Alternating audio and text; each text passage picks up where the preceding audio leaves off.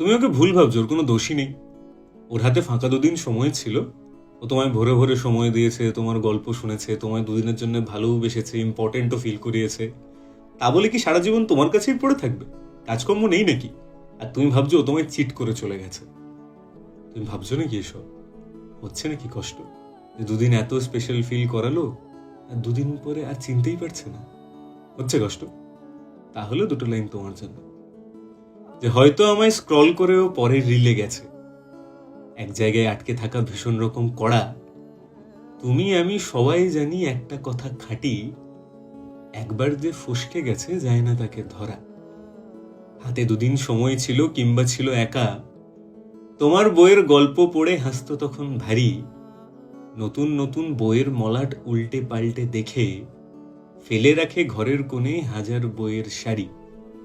নতুন মলাটের বই মানুষ দুদিন উল্টে পাল্টে দেখে, তার মানে এই বইটা ভীষণ প্রিয় হয়ে যায় না প্রিয়?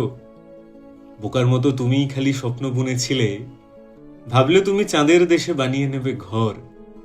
মনে মনে একাই তুমি আপন ভাবলে হবে, ওর কাছে যে আজও তুমি মেঘের মতোই পর।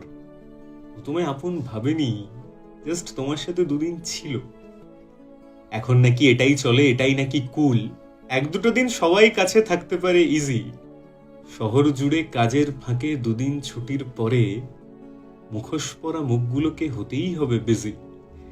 দুদিন তোমায় সময় কি দিয়ে দিল, তুমি ভেবে নিলে তোমাকে নিজের বানিয়ে নিয়েছে।